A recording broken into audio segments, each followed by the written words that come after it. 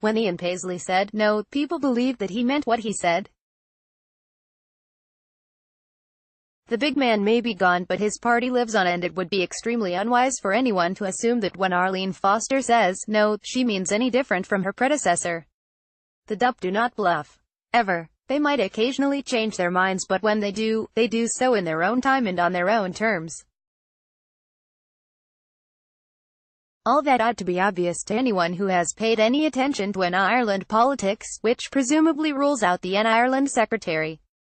Which is why it was a measure, and perhaps an explanation, of the difficulties the government is in to see a tweet from the political editor at UTV stating that many senior Tories at Westminster believe that the DUP is bluffing when they threaten to veto the budget and, implicitly, bring down the government in the confidence vote that would inevitably follow.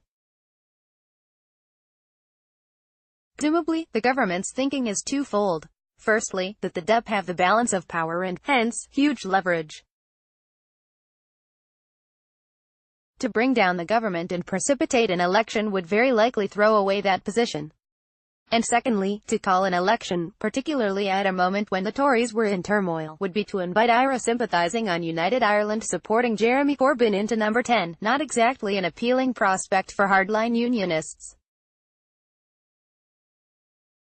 But to think along those lines is to misunderstand the situation. Governments come and governments go.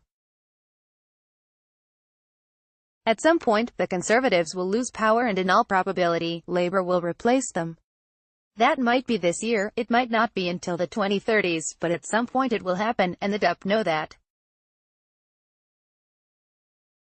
By contrast, the implementation of a border in the Irish Sea would be a genuine game-changer and fundamentally alter the relationship between Britain and Ireland, and, implicitly, between the Republic and Ireland.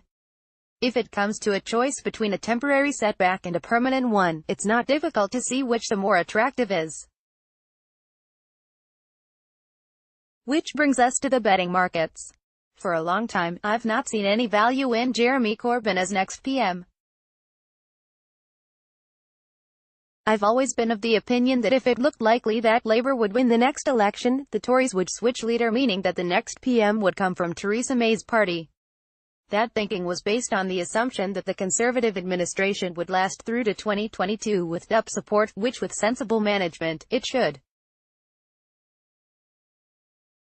The Ken Reid tweet, however, has prompted me to reconsider. I think there is a very real risk that May could put her initials to an agreement that crosses the DUP's red lines, in the belief that they, like the ERG, will prove more hot air than substance. That would be a fatal error. If she does, my guess is that it will come after the budget, and possibly not even this year. That would present the DUP with an even starker choice. They will not want a deal that contemplates an Irish Sea border to even come to the Commons because of the risk that the government might gain enough Labour support on what would, after all, be a soft Brexit to outweigh arrogant DUP opposition. That means liaising with Labour to bring about a vote of no confidence before the Commons could vote on the Brexit deal. Given that Corbyn's main aim is to bring down the government, he would probably go with that. After all, if he could force a general election, and form a government afterwards, he could request an extension to the A50 period and seek a different deal, one which would produce an even softer Brexit, but crucially for the DUP, no GB differential. As far as the bets go, we might not even need to think about a general election. How governments are formed after a no-confidence vote now that the FTPA is in place is unknown territory. We do have the guidance of pre-FTPA history, the Cabinet Manual, and the Act itself, but these are not exhaustively prescriptive. If May's government were to be no confidence, I would fully expect Corbyn to demand to be given the chance to form a government, which would not be an unreasonable request in the circumstances. Whether the palace would accede to such a demand is the crucial unknown, not least because Labour wouldn't be the only ball in motion, which we'll come back to. There certainly wouldn't be time to do full deals with the SNP, Lib Dems, DUP and others. Corbyn and McDonnell would have to wing it and hope for the best. Crucially, however, they would not have to prove that they could form a government. That would be the test in the Commons. The strongest argument would be that with May out of the game, the Tories couldn't and that they might. Importantly, as far as the FTPA goes, to head off an election, the Commons has to pass a motion that this House has confidence in Her Majesty's government. In other words, we are not talking about a potential government, we are talking about the ministers already in office.